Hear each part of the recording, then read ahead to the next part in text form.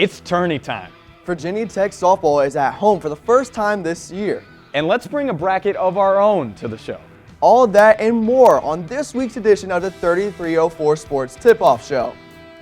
Hello and welcome from the Center for the Arts studio in Blacksburg, Virginia. I'm Klaus here with Pearce Mcknight. Pearce, it's great to be by you, and as we talk about everything that's going on in the world of sports, how about March Madness? It's here. It is here. The men's already 1 day in, and then the women's start today. It's a big game. Virginia Tech's playing at Oregon, and then last night, UVA, big time win over Arizona State. You could see how much emotion they played with. It went right down to the wire, and UVA came out on top with a 2-point victory. Right, we got the men's bracket going on, the women's bracket going on. Let's hone in. Like you mentioned, Virginia Tech did make the tournament. They're a 9 seed taking on Oregon, but this is a nice even matchup with the Ducks having a high-flying offense. 4 players for Oregon are averaging over 12 points this season, so that really marks up a great matchup. Yeah, I mean, you talked about it, and both teams are really alike. Both teams go deep into their benches, so a lot of the players are playing 20-plus minutes. 6 players for Oregon, and then Virginia Tech, you know they can go deep into their bench as well, especially at the big man position.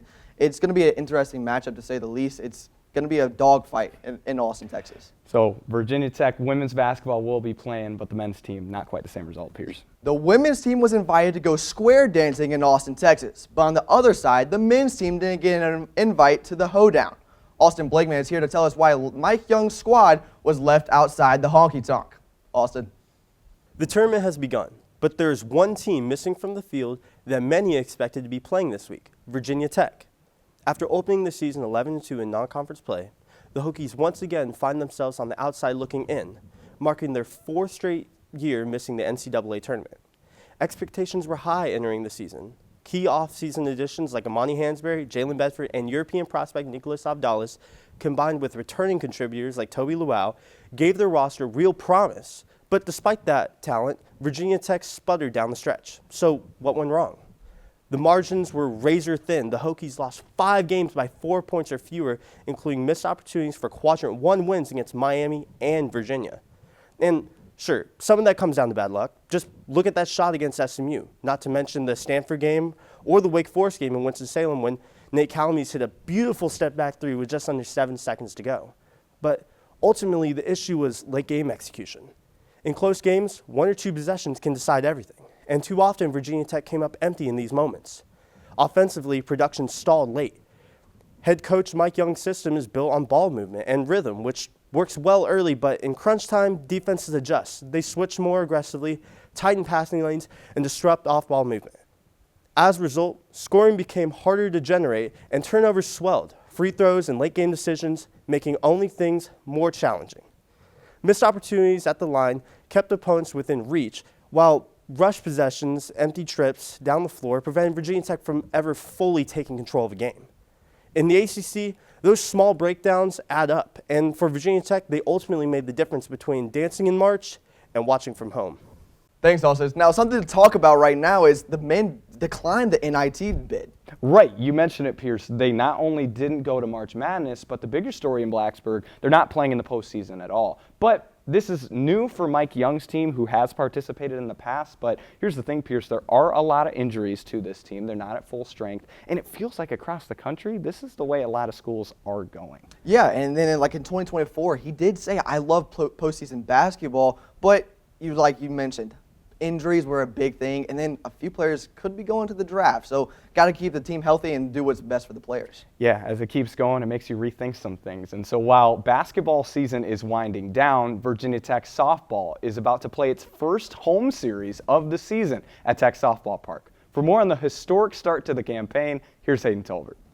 After weeks of tournaments and long road trips to start the year, the Virginia Tech Hokies softball team finally returns to Blacksburg for their first home game of the season against NC State, and the Hokies arrive with some momentum already in the building.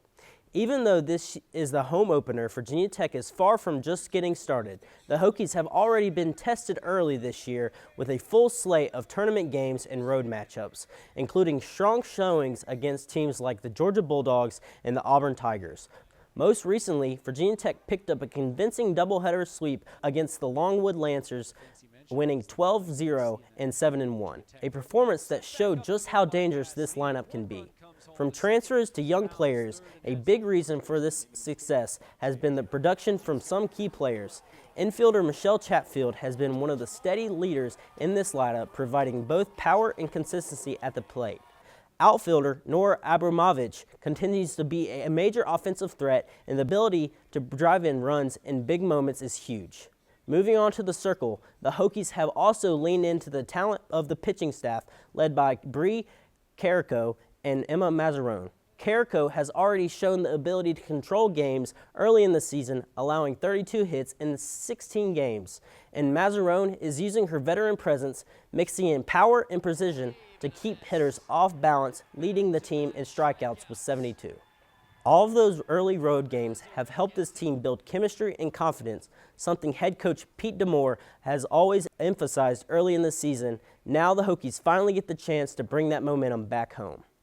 And there's always something special about the first home game, the energy in Blacksburg, the crowd behind the Hokies, and a team that already looks comfortable together can make this the perfect moment to keep this early season success rolling. So, as the Virginia Tech Hokies takes the field early tonight, fans have plenty to be excited about. With this team, a strong start, star players already making an impact, and a team ready to defend its home field. Back to you guys. Thanks, Hayden. Well, Pearce, as he talked about, a great start overall for softball, the most historic, the best start in program history, but last week's series has them hoping for a bounce back this week. Yeah, you said it exactly right. I mean, they started out outstanding. It was just like everything was clicking for them. It was a really good start. They were really ranked low into the 10 seed, the 12 seed. That's about what their poll was. But then last week, it was kind of a stud. You could play to Duke. You lost the first 2 games. Couldn't get things rolling exactly, but got that last win. That was big for them. And then you go to baseball. Baseball, I mean, what can you say? They started out really good, not too bad. Then went down to Arlington for that invitational. It was really rough watching. They got mercy ruled, I think, 2 or 3 times. But, yeah, now they got to stay up against Duke. It's very ironic, right, that softball played Duke last week, and now Duke is playing baseball this weekend. So Virginia Tech baseball, it's been a little bit of an odd one for them so far, but they'll look to bounce back this week. Odd indeed. Now, it's been a wonky season so far for the Hammering Hokies. And for more of a recap of how Virginia Tech became 10-9, here's Jack Hurlburt. Everyone knows how the saying goes. Life has its ups and downs, and the same can be said for the Virginia Tech Hokies baseball team. After a dominant 7-1 start to the 2026 campaign with series wins over William & Mary and Rutgers, the Hokies have dropped 8 of their last 11, getting walloped by multiple ranked teams including Texas A&M, Mississippi State, and Georgia Tech. The Hokies also just fell short in the Commonwealth Clash Series against Virginia. With the recent losing streak behind them, Tech looks to bounce back at home in the upcoming homestand against Duke. With the season quickly heating up, the Hokies need to regroup if they want to remain competitive in ACC play and have a shot at fighting their way into the College World Series.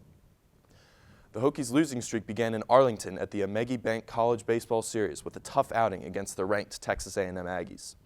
In a game that only lasted 7 innings because of the run rule, the Hokies were sluggish out of the gate and unable to get their bats moving all game. The Aggies' defense played lights out, with lefty Shane Sadeo blanking the Hokies for 6 straight innings. The game the following day against ranked Mississippi State had a similar feel to it, as this time the Hokies' pitching was faulty, allowing 10 walks and 15 RBIs. Following yet another ranked loss to Tennessee, the Hokies crawled back to Blacksburg with a 7-4 record. The woes didn't just stop there for the Hokies, as the Marshall Thundering Herd came to town, then came back on the Hokies in Blacksburg. In a major chance to rebound against an unranked non-conference foe, Tech stumbled in a rough 4th inning, and their fate was sealed in a disastrous 7th. A road trip down to Atlanta to face ranked Georgia Tech didn't stop the bleeding either, as the Hokies once again were run-ruled, this time with the Yellow Jackets' bats overwhelming the Hokies' pitching. The next game was the exact same story. While the series was lost, the Hokies had a productive day in the final game of the series, out-hitting and outscoring the Jackets 9-6. A disappointing Commonwealth Clash performance in Charlottesville over spring break underwhelmed Hokies fans, with frustrating back-to-back double-digit runs given up against the Wahoos. Much like the Georgia Tech series, the Hokies were able to salvage just 1 game at the end of the series, walking away with yet another unfortunate series loss. While a tight win against VCU on Wednesday night may have given the Hokies a small boost of momentum for the future Duke series, it shined even more light on the already obvious issues in the bullpen. While these past few weeks for the Hokies have been rough, there have been some silver linings. redshirt junior Griffin Stig has been putting up productive numbers on the hill, and both Virginia Tech wins during the losing slump have come with him on the bump at some point. The veteran pitcher has been the most reliable starter on the mound as of late, and the Hokies may continue to rely on his arm more frequently in the future to get back momentum. Stig posted a very impressive 1.50 ERA in 6 innings pitched against Virginia and struck out 5 batters in 4 innings against Georgia Tech. You also have to give the nod to freshman second baseman Ethan Ball, who's been playing great in the field and batting very consistently with an impressive .362 batting average. With the Hokies looking to turn the page in the next coming games against an unranked but still dangerous Duke, Tech fans can only hold their breath and hope the Hokies can rally and turn things around.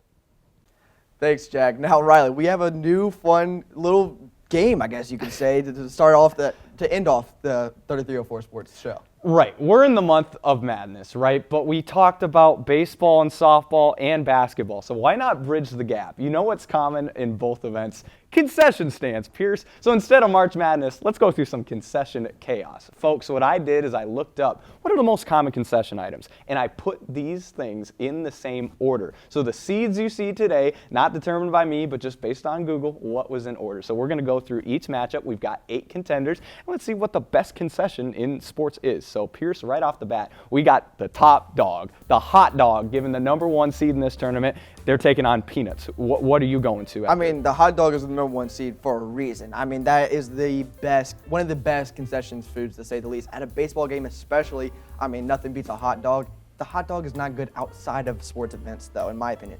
But I do have the hot dog taking down the 8 seed peanuts. I'm with you, so we're going to stick with the hot dogs, moving on to the Final Four. Now we go a battle of the appetizers, if you will. Maybe not a whole meal, but you've got that soft pretzel waiting in there, ready to go. If it's warm, you've got it, versus nachos. Also some heat maybe from the cheese perspective in this battle. Yeah, I think it really depends on how consistent these are, because both can be really good, but both can be bad. I think nachos is a little bit more consistent, so let's go nachos with the upset. Now, I'm actually going to even up the vote here because I do think a poor nacho is perhaps worse than a poor soft pretzel. It's real close, but I'm going to go with the 4-seed pretzel, which means we need to break a tie. So, Pearce, I'm going to ask our control room, do you agree with me that the pretzel is better than the nachos?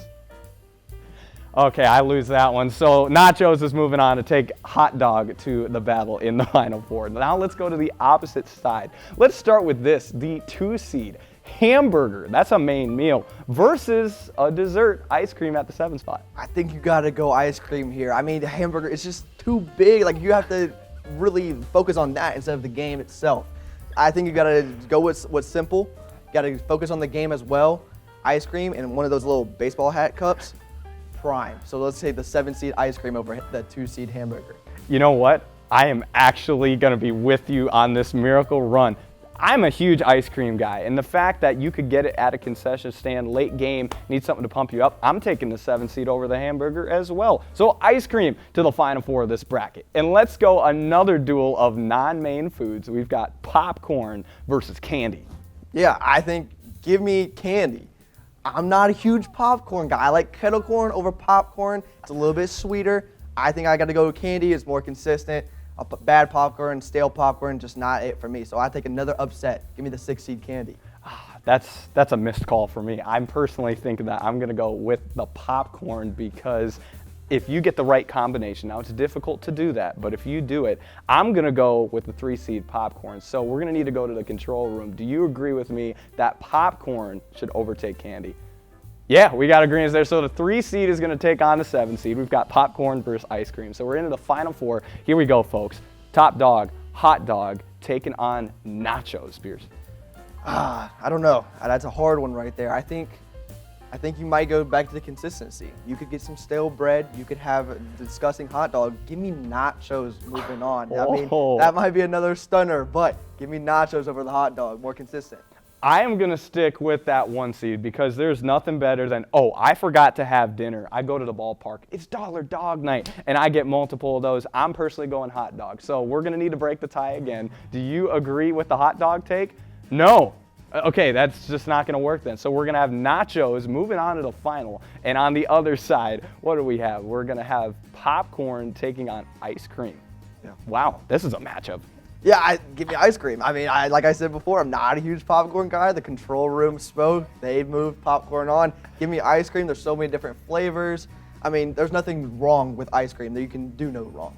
I'm going to stick with you, right? Because there's also, you can get your normal soft serve. You could get it in a cone. I'm a huge Dippin' Dots guy. I lived off that at the ACC tournament last week. So I'm moving ice cream to the finals too.